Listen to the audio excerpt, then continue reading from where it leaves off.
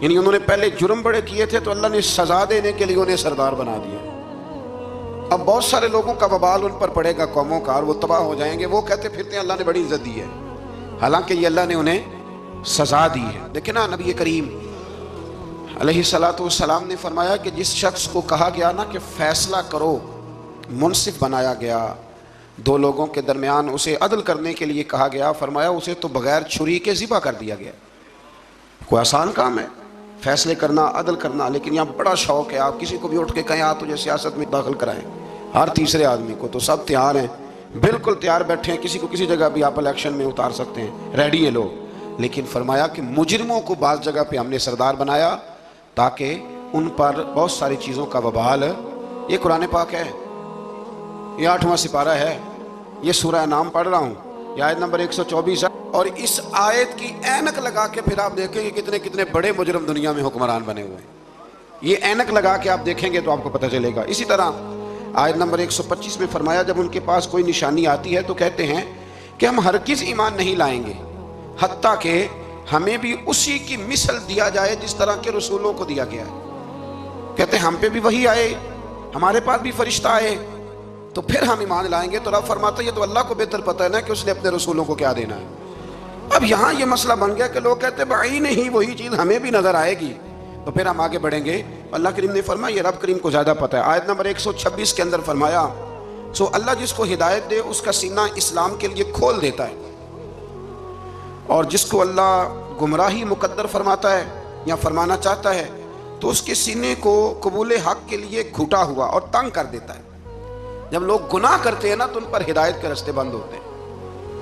ان اللہ لا یہدی القوم الفاسقین، قرآن مجید نے ایک جگہ پہ کہا کہ اللہ فاسقوں کی قوم کو ہدایت نہیں دیتا۔ جب گناہ زیادہ انسان کرتا ہے تو اسے بڑی سزا یہ ملتی ہے کہ اللہ تبارک و تعالیٰ اس کے لیے ہدایت کا راستہ بند فرماتا ہے، اور جب انسان نیکیاں کرتا ہے، کوئی خیر کا کام کرتا ہے، پھر اللہ تبارک و تعالیٰ اس کے حق میں رحمت والے فیصلے فرماتا ہے۔ شیخ شہاب الدین سہروردی رحمۃ اللہ علیہ کا میں قول پڑھ رہا تھا، کسی نے ان سے کہا کہ آپ اپنے آپ کو کیسا محسوس کرتے ہیں؟ تو فرماتے ہیں رب کو کوئی نیکی پسند آ گئی تھی تو اس نے مجھے ماں باپ بھی بڑے شانوں والے دیے، استاد بھی بڑے شاندار دیے، اور پھر رب نے میری غوث اعظم شیخ عبد القادر جیلانی سے ملاقات بھی کرا دی۔ تو جب آپ کو نیکی کرتے ہیں تو پھر اللہ آپ کو اچھے اچھے رستے ہدایت کے عطا کرتا ہے۔ آیت نمبر 130 میں فرمایا اسی طرح بعض ظالموں پر بعض کو مسلط کر دیتے ہیں کیونکہ وہ معصیت کے کام کرتے ہیں۔ کئی دفعہ ظالم پر ظالم بھی مسلط ہو جاتا ہے، کئی دفعہ ظالم پر جب آنکھیں کھلتی ہیں تو انہیں سمجھ آتی ہے اوہو یہ تو مجھ سے بھی بڑا ظالم ہے، تو مل جاتے ہیں۔ اللہ سچی توبہ کی توفیق عطا فرمائے۔ اسی طرح آیت نمبر 131 اور 32 میں اتمام حجت کے لیے اللہ کریم نے فرمایا کہ اے جنات اور انسانوں کے گروہ، کیا تمہارے پاس رسول نہیں آئے تھے جو تم پر میری آیات بیان کرتے اور تمہیں اس قیامت کے دن کی ملاقات سے ڈراتے؟ وہ کہیں گے ہم خود اپنے خلاف گواہی دیتے ہیں، خود کہیں گے کہ ہاں ہم گواہی دیتے ہیں کہ ہم نے غلط کیا، اور انہیں دنیا کی زندگی نے فریب میں مبتلا کر رکھا ہے۔ یہ گواہی اس وجہ سے دی گئی کہ آپ کا رب بستیوں کو ظلماً ہلاک کرنے والا نہیں ہے۔ فرمایا پہلے اللہ ان سے گواہی طلب کرے گا کہ رسول آئے، تمہیں ڈرایا، وہ مانیں گے، اور قرآن یہ فرماتا ہے کہ اپنے خلاف گواہی دیں گے۔ اب اللہ تبارک و تعالیٰ انہیں سزا دے گا، اللہ کسی پر ظلم نہیں کرتا۔ آیت نمبر 137 میں مشرکین عرب کی جہالت کا ذکر ہے۔ جو فصل اللہ تعالیٰ اگاتا ہے اور جو مویشی اللہ پیدا فرماتا ہے، ان میں اللہ تعالیٰ کے ساتھ بتوں کو شریک کرتے، بلکہ بتوں کے حصے کو ضروری اور مقدس سمجھتے۔ اسی طرح اولاد کو قتل کرنا بھی مشرکین کی جہالت ہے۔ آیت نمبر 140 اور 141 میں اس بات کا بیان ہے کہ کفار و مشرکین نے زمانہ جاہلیت میں اپنے جانوروں اور اپنے کھیتوں کو 3 حصوں میں تقسیم کر دیا تھا۔ تو ان آیات میں اللہ نے فرمایا 3 حصوں میں انہوں نے بانٹ دیا تھا۔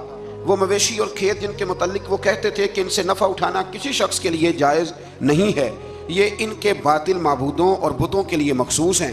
ان کو وہی شخص کھا سکتا ہے جس کو ہم کھلانا چاہیں، اور ان کو صرف وہی مرد کھا سکتے ہیں جو بتوں کی خدمت پر مامور ہوں۔ ایک پورا وہ ماحول بناتے تھے کہ یہ صرف وہ کھائیں گے جو بت خانے کے محافظ ہیں، اور کوئی نہیں کھا سکتے، عورتیں بھی نہیں کھا سکتی تھیں۔ اسی طرح بعض مویشیوں کو بتوں کے لیے خاص کر کے ان پر سوار ہونا اور سامان لادنا انہوں نے حرام کر دیا تھا کہ یہ جی ہمارے بت کے نام کا جانور ہے، نہ اس پر سامان رکھنا ہے اور نہ ہم نے اس کو کھانا ہے۔ اور بعض جانوروں پر وہ ذبح کے وقت اللہ کا نام ہی نہیں لیتے تھے۔ یعنی ان کو بتوں کے نام پہ ذبح کر کے ان کا استعمال ممنوع قرار دیتے تھے۔ قرآن نے بتایا کہ یہ ان کی خود ساختہ باتیں۔ ہمارے اندر یہاں فرق کرنا بڑا ضروری ہے۔ جب ہم کوئی جانور کسی مخصوص کام کے لیے مخصوص کرتے ہیں تو وہ دراصل اللہ کے لیے ہی ہوتا ہے۔ کسی بزرگ کو صرف اس کا اصحال ثواب ہو سکتا ہے، اس سے زیادہ اس کی کوئی حیثیت نہیں ہے۔ جس طرح آپ کہتے ہیں کہ ولیمے کے لیے بکرا رکھا ہوا ہے، عقیقے کے لیے رکھا ہوا ہے، ہاں کچھ باتیں غلط ہیں، وہ نہیں ہونی چاہیے۔ مجھ سے ایک دفعہ ایک دوست نے مسئلہ پوچھا کہ ہمارے گاؤں میں خواتین جو ہیں وہ 11 بیویوں کی کہانی پڑھواتی ہیں اور پھر وہ کچھ لڈو منگواتی ہیں، اور جب اس پر ختم دیتی ہیں تو وہ کہتی ہیں کہ یہ مرد نے نہیں کھانا۔ اللہ تعالیٰ سمجھنے کی توفیق عطا فرمائے۔ میں نے ویسے اس کو یہ جواب دیا تھا، میں نے کہا کہ بیویوں کو بتاؤ کہ لڈو مرد نے نہیں کھانے، حالانکہ بنائے مرد نے ہیں۔ یہ کتنی عجیب بیوقوفی کی بات ہے، جس نے بنائے ہیں وہ نہیں کھا سکتا۔ تو یہ اس قسم کی لایانی بے معنی باتیں نہیں ہونی چاہیے۔ عورتوں کو ہمیشہ یہ سمجھنا چاہیے کہ نہ تو وہ کسی کا معجزہ پڑھوا سکتی ہیں، نہ 10 بیویوں کی کہانی پڑھا سکتی ہیں۔ انہوں نے جب بھی پڑھانی ہے سورہ یاسین پڑھوانی ہے، سورہ رحمان پڑھوانی ہے، سورہ ملک کی تلاوت کرانی ہے، سورہ بقرہ پڑھانی ہے، قرآن مجید کو پڑھانا ہے۔ اور بڑا دل کرے کہ قرآن مجید کے بعد بھی ہم نے کچھ پڑھانا ہے تو پھر وہ میرے رسول اللہ پہ درود پاک پڑھوائیں، پھر نبی کریم کی ذات پر درود شریف پڑھائیں۔ آیت نمبر 142 سے لے کر 147 میں اللہ تعالیٰ نے پھلوں، کھیتوں، جانوروں کے ذریعے جو نعمتیں عطا کی تھیں ان کا ذکر فرمایا ہے، اور کہا ہے کہ اللہ تعالیٰ کی ان نعمتوں کو کھاؤ پر اسراف نہ کرو، فضول خرچی نہ کرو، اور شیطان کے نقش قدم پہ نہ چلو۔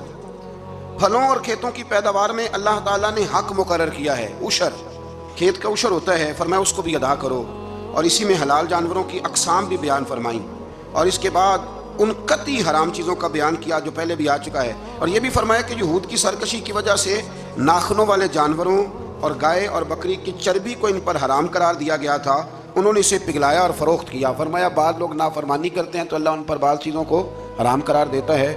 جو رب کریم کی زمین پر اللہ کی رضا کے مطابق چلتے ہیں اللہ انہیں بڑی آسانی عطا فرماتا ہے۔ آپ یقین کریں کبھی جب ہم پڑھتے ہیں نا پرانی قوموں کے حالات اور ان کے معاملات اور پھر امت مسلمہ کو دیکھتے ہیں تو آپ یقین کریں اللہ تعالیٰ نے ہمیں بڑا ہی آسان دین عطا فرمایا، بڑی آسان شریعت اور بڑا میٹھا اور ٹھنڈا طریقہ دین پر عمل کرنے کا۔ ہم بلا وجہ الجھ جاتے ہیں، بڑا سونا بڑا ٹھنڈا دین اللہ نے ہمیں عطا فرمائے۔ رب کریم ہمیں اس پر پورے عمل کی توفیق عطا فرمائے۔ آیت نمبر 149 میں فرمایا کہ ہر دور کے منکرین جو انکار کرنے والے تھے ایک نفسیاتی حربے کو بیان کیا۔ وہ جو کچھ بھی کر رہے ہیں کہ یہ اللہ کی مشیت ہے، اگر وہ نہ چاہتا تو ہم یہ سب کچھ نہ کر پاتے۔ یہ اکثر لوگ کہتے ہیں کہ اگر اللہ نہ چاہتا تو ہم یہ کام نہ کرتے۔ یہ ایک نفسیاتی حربہ ہے کہ اللہ نے طاقت دی ہے نا جی، تو یہ ایک نفسیاتی، اس کا بیان اللہ کریم نے یہاں ان آیات مقدسہ میں فرمایا۔ در حقیقت بات یہ ہے کہ اللہ کی مشیت اور ہے اور اس کی رضا اور ہے۔ مثلا مجرم کو سزا دینا اس کی مشیت ہے، لیکن اس کی رضا میں ہے کہ کوئی اس کی نافرمانی نہ کرے۔ اگر سب کو جبری طور پر اطاعت کے رستے پر ڈالنا اللہ تعالیٰ کی مشیت ہوتی تو پھر کسی کی مجال نہ ہوتی کہ اس کا حکم نہ مانے۔ لیکن اب مشیت اور ہوتی ہے، رضا اور ہوتی ہے۔ اللہ کی یہ رضا نہیں کہ اس کے بندے دوزخ میں جائیں، لیکن اس نے قانون بنایا ہے کہ اگر تم نافرمانی کرو گے تو دوزخ میں، تو یہ رضا نہیں، یہ اللہ کی مشیت۔ تو یہ اللہ نے طاقت نہیں دی لوگوں کو، اس لیے نہیں دی تھی کہ وہ ظلم کریں، لیکن اگر انہوں نے ظلم کیا ہے تو اب انہیں سزا بھی ملے گی۔ تو یہ شخص نہ کوئی کہے کہ وہ اللہ کی دی ہوئی طاقت سے معاذ اللہ، یہ بہت سارے لوگ بیوقوفی والی باتیں کرتے ہیں۔ ایک دفعہ بزرگوں نے لکھا ہے کہ ایک شخص جو تھا وہ کسی کے باغ سے روز پھل توڑ کے کھا جایا کرتا تھا، تو مالک بڑا سیدھا سادہ تھا۔ مالک اس کو کہتا کہ بھئی تو روز میرے باغ سے پھل توڑ کے کھاتا ہے، تو وہ کہتا باغ بھی اللہ کا ہے، زمین بھی اللہ کی ہے، اور میں بندہ بھی اللہ کا ہوں۔ وہ چپ کر جاتا، سادہ آدمی تھا۔ بہت سارے لوگ کہتے ہیں نا جی آ کے ایک صاحب مجھے کہنے لگے جی کل میرے ساتھ بڑا عجیب معاملہ ہوا، ایک بندے نے مجھے کہا تجھے قسم ہو اللہ کی جو جیب میں ہے سارا کچھ دے دے، اور میں نے کہا نہیں دینا چاہیے۔ تو وہ مجھے مشورہ دینے لگا، کہنے لگا حضرت جی اس نے اللہ کی قسم دی تھی۔ تو میں نے کہا مکان کتنے مرلے کا تیرا؟ کہنے لگا ہے 10 مرلے کا۔ کتنے کا ہے؟ کہنے لگا جی اللہ کا شکر ہے 60-70 لاکھ کا ہوگا۔ میں نے کہا ایک بندہ بلاؤں تجھے قسم دے تو اس کے نام رجسٹری کر دینا۔ کہنے لگے نہیں یہ نہیں ہو سکتا۔ تو میں نے کہا یہ کیسی کچی بات ہے کہ 500-700 کے لیے تجھے یاد ہے کہ یہ جائز ہے، لیکن وہ میرے دادا جی ایک بات کہا کرتے تھے، وہ دیہاتی لوگ ہوتے تھے تو دیہات کی مثالیں کئی دفعہ بڑی یاد رہ جاتی تھی۔ وہ کہا کرتے تھے کہ دودھ میں اور لسی میں مکھی گر جائے تو عورتیں اسے پھینک دیتی ہیں، لیکن اگر مکھن میں گر جائے نا تو پھر اس کو پھینکتی نہیں بلکہ مکھی نکال لیتی ہیں، کیونکہ گھی مہنگا ہوتا ہے نا تو لسی سستی ہوتی ہے۔ تو آپ چیزوں کو سمجھیں کہ ہمارا رویہ بڑا عجیب ہے معاملات کو سمجھنے کے حوالے سے۔ وہ بندہ بھی کہتا کہ جناب یہ پھل بھی اللہ کے تو باغ بھی اللہ کا تو میں بندہ بھی اللہ کا، بھولا آدمی تھا بیچارہ چپ کر جاتا، کہتا تو ٹھیک ہے نا، کی پنجابی چاکی دا سی لبی شے خدا دی نہ تیلے دی، ختم ہو گئی بات۔ حالانکہ وہ کسی کی ہوتی ہے، تیلے پا دی کیوں نہیں ہوتی جی، وہ کسی دی حیثیت تانڈی کی ہے نا، ایک بس ہمارا ذوق بن جاتا ہے کہ قابو آ گئی ہے تو قابو کرو معاذ اللہ۔ تو وہ بیچارہ بڑا پریشان تھا، تو ایک دن اس نے نا اپنے ایک شہر کے عالم سے بات کی، اس نے کہا کہ جناب وہ میرے ساتھ تو بڑی مصیبت بن گئی ہے، وہ روز پھل توڑ کے لے جاتا ہے اور کہتا ہے زمین بھی اللہ کی باغ بھی اللہ کا، کھانے والا بندہ بھی اللہ کا۔ تو عالم کہنے لگے میں بھی تمہیں نسخہ دیتا ہوں، کل اس پہ استعمال کرنا۔ میں کہا ٹھیک ہے جی۔ وہ وقت پہ آ گیا باغ کا مالک، تو جب وہ آیا نا پھل توڑنے، اس نے پھل بڑے سیر ہو کے کھائے، اس نے کھانے کا موقع دیا۔ جب وہ فارغ ہو گیا اس نے اس کو رسی کے ساتھ درخت کے ساتھ باندھ لیا اور ڈنڈا پکڑ لیا، اور جب مارنے لگا تو کہنے لگا یہ کیا؟ کہنے لگا یہ چھڑی کی توفیق بھی اللہ کی، رسا بھی اللہ کا، باندھنے والا بندہ بھی اللہ کا، اب تجھے جو پھینٹی لگے گی وہ بھی اللہ کی دی ہوئی طاقت سے لگے گی معاذ اللہ، اب تو کھا۔ وہ کہنے لگا معاف کر دو، آج کے بعد یہ کام نہیں کروں گا۔ تو کہتے ہیں جی مشیت تھی اللہ کی، اللہ نہ کرتا معاذ اللہ تو ہم، تو یہ ایک نفسیاتی جھوٹ ہے، اس کو آپ سمجھ لیں، آپ اس پر غور فرمائیں۔ تو یہاں بہت سارے لوگ یہ ظلم کرتے ہیں اور دین کی حدوں کو پامال کرتے ہیں، اللہ تعالیٰ ہمیں سمجھنے کی توفیق عطا فرمائے۔ آیت نمبر 152 سے لے کر 161 تک میں اللہ تعالیٰ نے فرمایا، غالباً 9 باتوں کا حکم دیا ہے۔ سب سے پہلے ارشاد فرمایا کہ اللہ کے ساتھ کسی کو شریک نہ ٹھہرانا، دوسرے نمبر پہ فرمایا والدین کے ساتھ اچھا سلوک کرنا، تیسرے نمبر پہ فرمایا تنگ دستی کے خوف سے اولاد کو قتل نہ کرنا۔ اب تو بڑے بڑے لوگ عالم فاضل ہو کے کہتے ہیں بچے تھوڑے پیدا کرو، حالانکہ میرے نبی کریم علیہ السلام نے فرمایا اس عورت سے نکاح کرنا جو محبت زیادہ کرنے والی ہو اور بچے زیادہ پیدا کرنے والی ہو۔ تو یہاں معیار کیا ہے؟ تنگ دستی کے خوف سے اولاد کو قتل نہ کرو، اور فرمایا ظاہری اور چھپی ہوئی ہر قسم کی فحاشی سے بچو، اور نمبر 5 پہ فرمایا قتل ناحق نہ کرو، نمبر 6 پہ فرمایا یتیم کا مال ناجائز طریقے سے نہ کھاؤ، اور نمبر 7 فرمایا لین دین میں ناپ تول پورا کرو، 8 پہ فرمایا بلا تمیز سب کے ساتھ انصاف کرو، اور نمبر 9 میں ارشاد فرمایا کہ اللہ کے ساتھ کیے ہوئے وعدے کی پاسداری بھی کرو۔ تو اللہ تبارک و تعالیٰ نے ان 9 چیزوں کو بیان کیا، اور سمجھ لیں یہ خلاصہ بیان کیا میرے رب کریم نے، یہ پورے دین کا خلاصہ ہے۔ اور یہ ساری چیزیں بیان کرنے کے بعد ارشاد فرمایا کہ یہی سیدھا راستہ ہے، گروہ بندی چھوڑ کر اسی راستے کی پیروی کرو، اور کتاب الہی کے احکام کو ملحوظ خاطر رکھو، اور جو لوگ ایمان لانے کے لیے نشانیاں طلب کرتے ہیں ان کے پاس فرشتے آئیں یا اللہ تعالیٰ خود آئے یا اس کی کوئی نشانی آئے۔